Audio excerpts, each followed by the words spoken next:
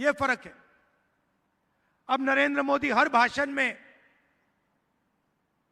अलग अलग चीजें कहते हैं, कभी समुद्र के नीचे घुस जाते हैं, देखा होगा आपने, देखा ना, समुद्र के नीचे पूजा हो रही है, कोविड होता है, देश को कहते हैं भाइयों और बहनों थाली बजाओ, मतलब ऑक्सीजन नहीं है, सांस नहीं ली जा रही, अस्पताल के सामने लाशों का ढेर पड़ा है और हिंदुस्तान का प्रधानमंत्री कह रहा है थाली बजाओ।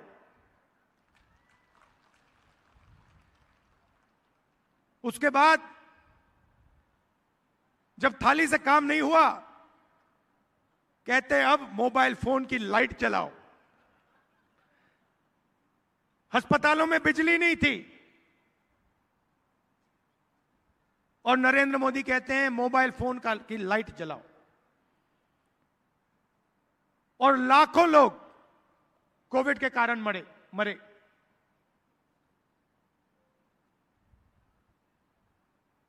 हर प्रदेश से गरीब लोग घर वापस लौटे, दिल्ली से, पंजाब से, महाराष्ट्र से लोग छत्तीसगढ़ वापस आए। दिल्ली की सरकार ने कोई मदद नहीं की, किसकी मदद नहीं, किसी की भी मदद नहीं की। पूरा का पूरा फायदा 2-3 अरबपतियों को दे देते हैं। अदानी, अंबानी, ये 5-6 लोग हैं। आप हैरान हो जाओगे, हिंदुस्तान में 22 लोग हैं जिनके पास उतना ही धन है जितना 70 करोड़ हिंदुस्तानी लोगों के पास है। एक तरफ 22 लोग और दूसरी तरफ 70 करोड़ लोग,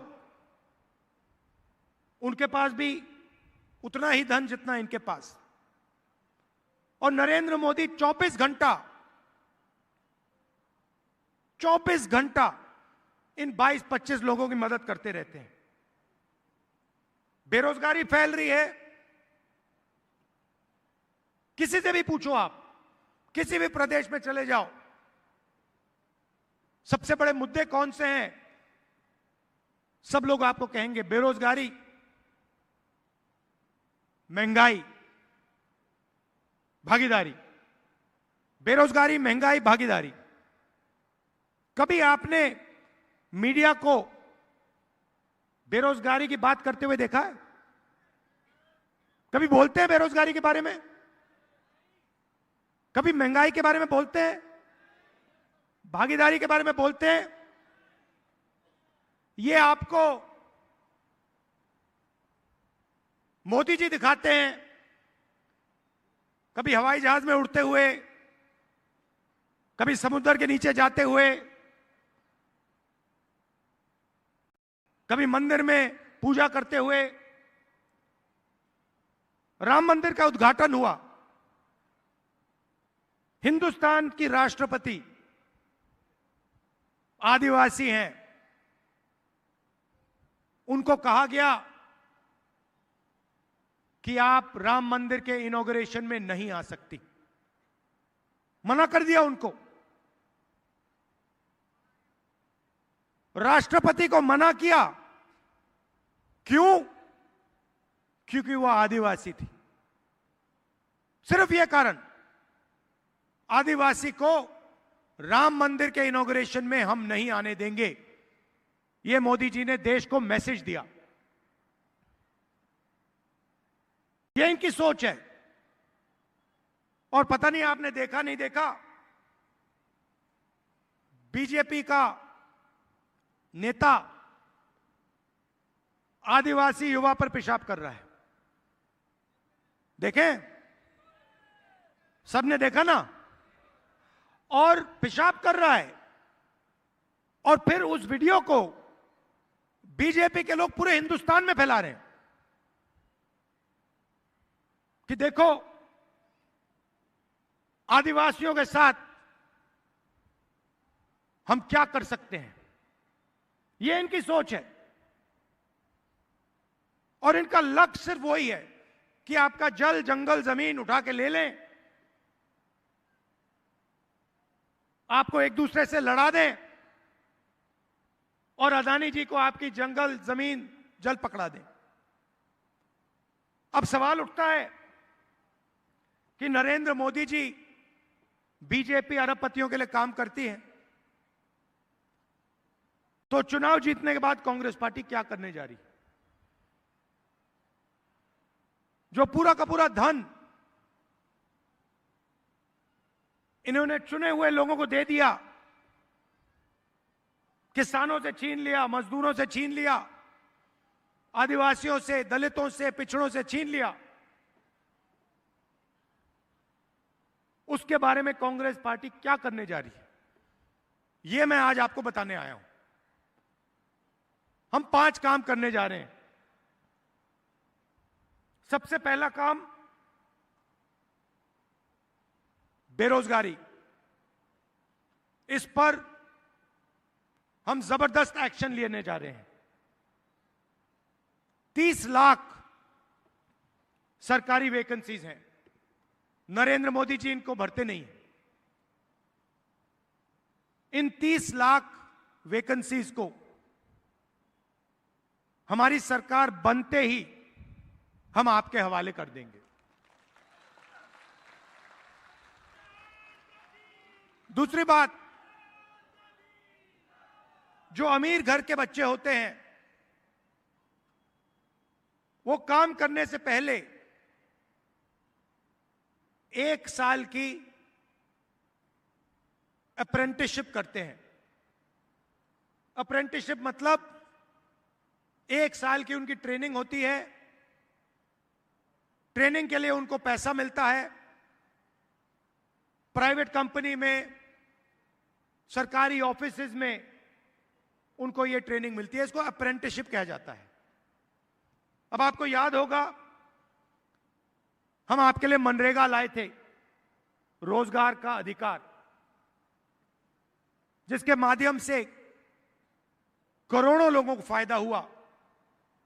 अब हम अप्रेंटिसशिप का अधिकार लाने जा रहे हैं।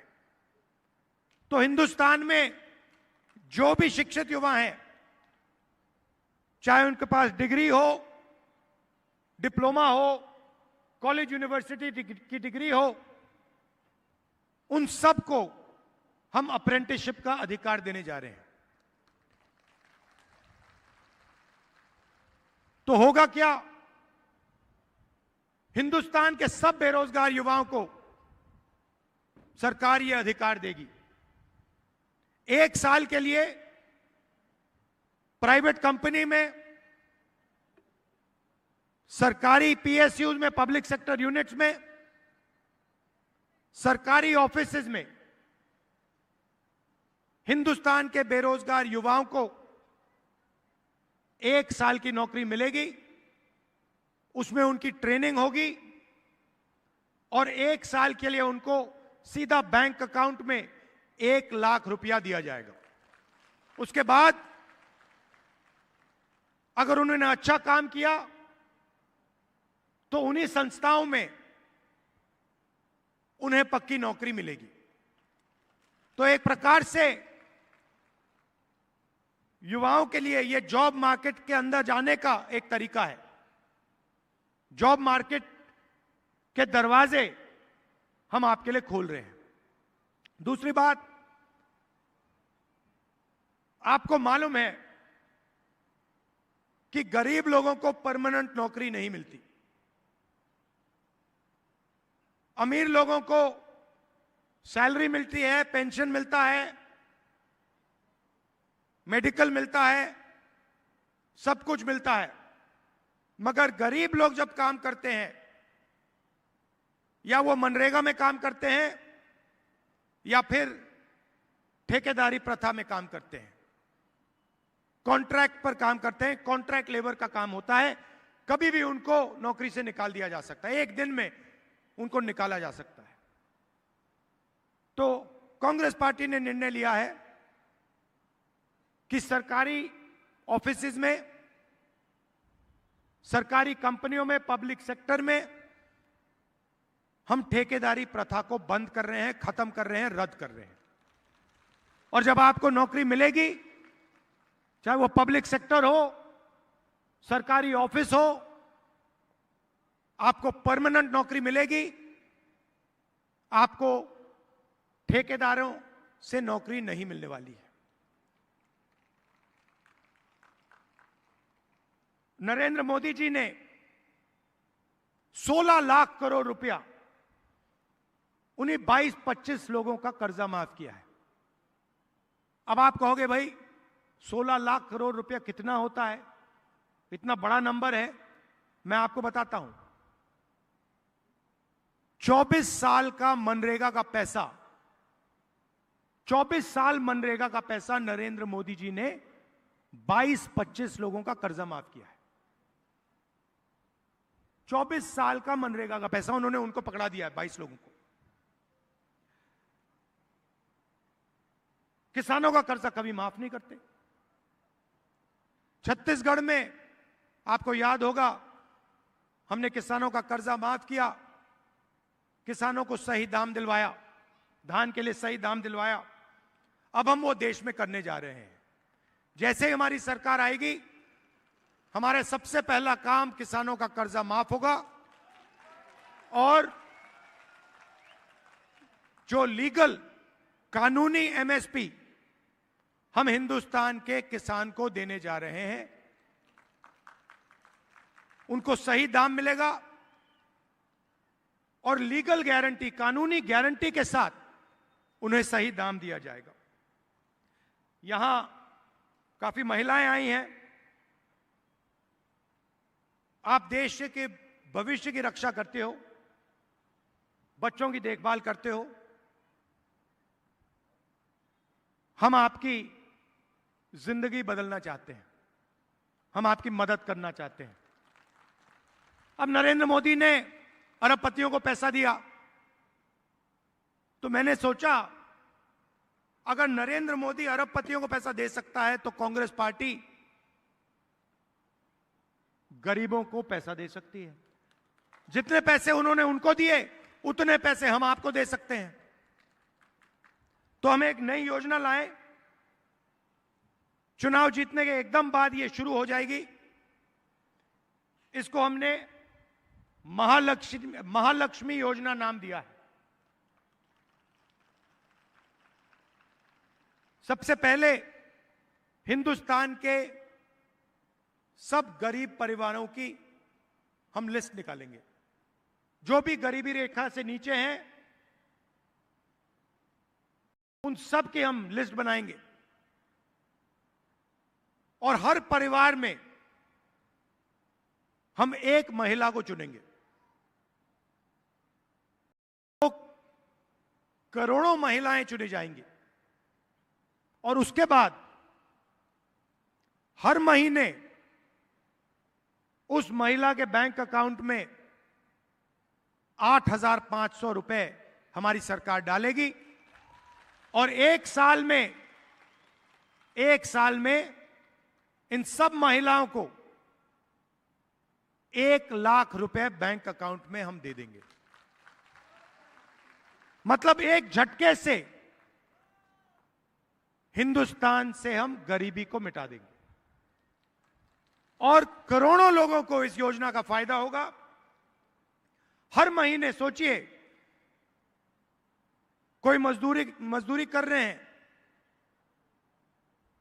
हर महीने उनके बैंक अकाउंट में परिवार के लिए 8,500 रुपए आएंगे, बैंक अकाउंट में आएंगे। एक साल में 1 लाख रुपए, और ये उस दिन तक चलेगा जब तक वो गरीब हैं।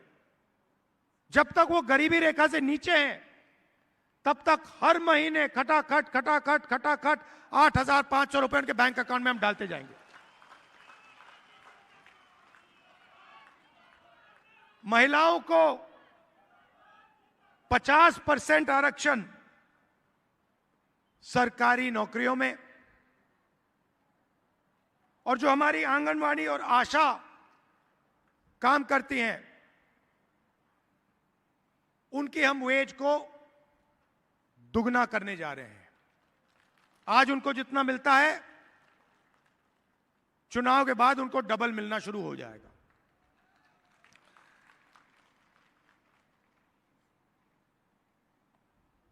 भाइयों और बहनों, आदिवासियों की आबादी 8% है हिंदुस्तान में, दलितों की 15% है, पिछड़ों की 50% है, गरीब जनरल कास्ट 5% मान लो, माइनॉरिटी 15% मान लो, 90% आबादी इन लोगों की है।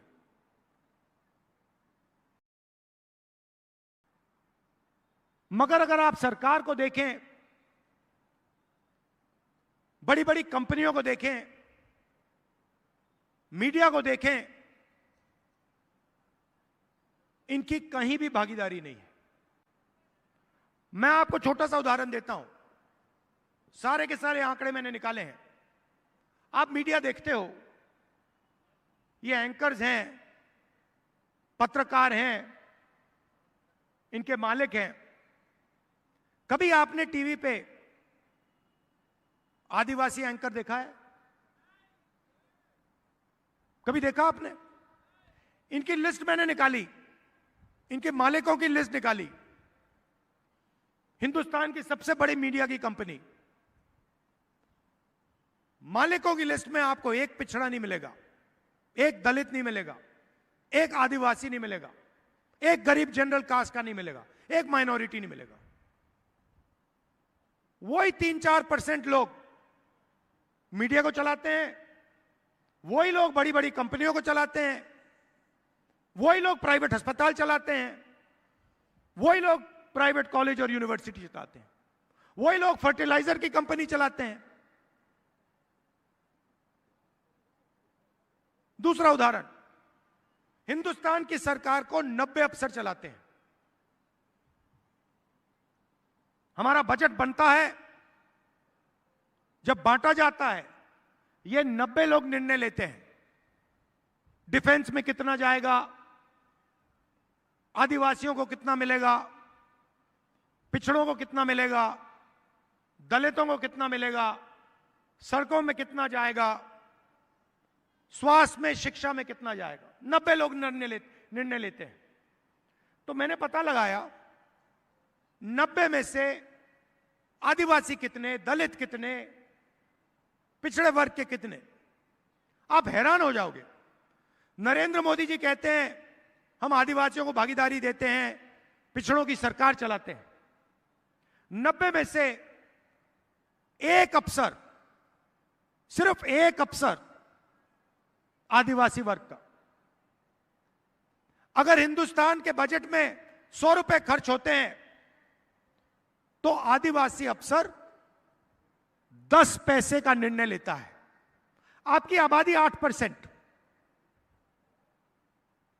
भागीदारी 100 रुपए में से 10 पैसे। दलित 15%, 100 रुपए में से उनके अफसर 1 रुपया का निर्णय लेते हैं। आबादी 15%, 100 रुपए में से 1 रुपया उनका। पिछड़े वर्ग 50% है हिंदुस्तान में, कम से कम, शायद ज्यादा भी हो सकते हैं। उनकी भागीदारी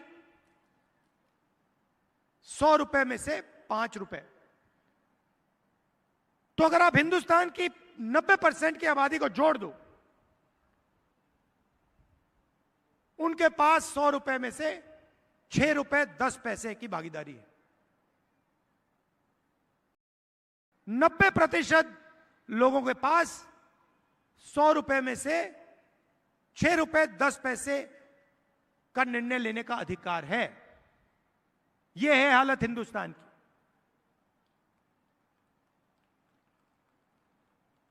इसीलिए पूरा का पूरा धन 2-3% लोगों के हाथ में जा रहा है। अब आप कहोगे ठीक है, प्रॉब्लम तो आपने बता दी, सॉल्यूशन क्या है? सॉल्यूशन जाति जनगणना। जाति जनगणना मतलब जाति जनगणना के बाद सबको पता लग जाएगा कि हमारी आबादी कितनी है और हमारे लोगों को इस देश की संस्थाओं में, इस देश का धन हमारे लोगों के पास कितना है। उसके बाद सच्चा विकास हो पाएगा। आज आप जीएसटी देते हो, आदिवासी देते हैं, किसान देते हैं, मजदूर देते हैं, और जब आपका पैसा बांटा जाता है आपके लोग उसमें है ही नहीं। मीडिया में आपका एक आदमी नहीं, हिंदुस्तान की सबसे बड़ी 200 कंपनियों में आपका एक आदमी नहीं, मालिकों की लिस्ट में नहीं, मैनेजमेंट में नहीं, कहीं नहीं।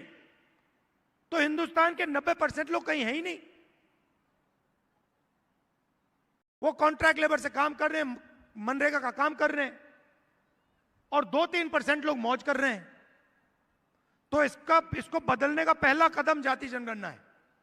और ये भी जैसे ही हम चुनाव जीतेंगे, हमारी सरकार आएगी, हम जाति जनगणना आपके लिए कर देंगे, दूध का दूध पानी का पानी हो जाएगा। यहां हमारे कैंडिडेट हैं लखमा जी, इनको भारी बहुमत से जिताइए, इनको लोकसभा भेजिए, और बाकी जो हमारे कैंडिडेट्स हैं उनकी भी मदद कीजिए, उन सबको भारी बहुमत से जिताइए। आप सबका दिल से बहुत बहुत धन्यवाद। नमस्कार, जय हिंद। धन्यवाद माननीय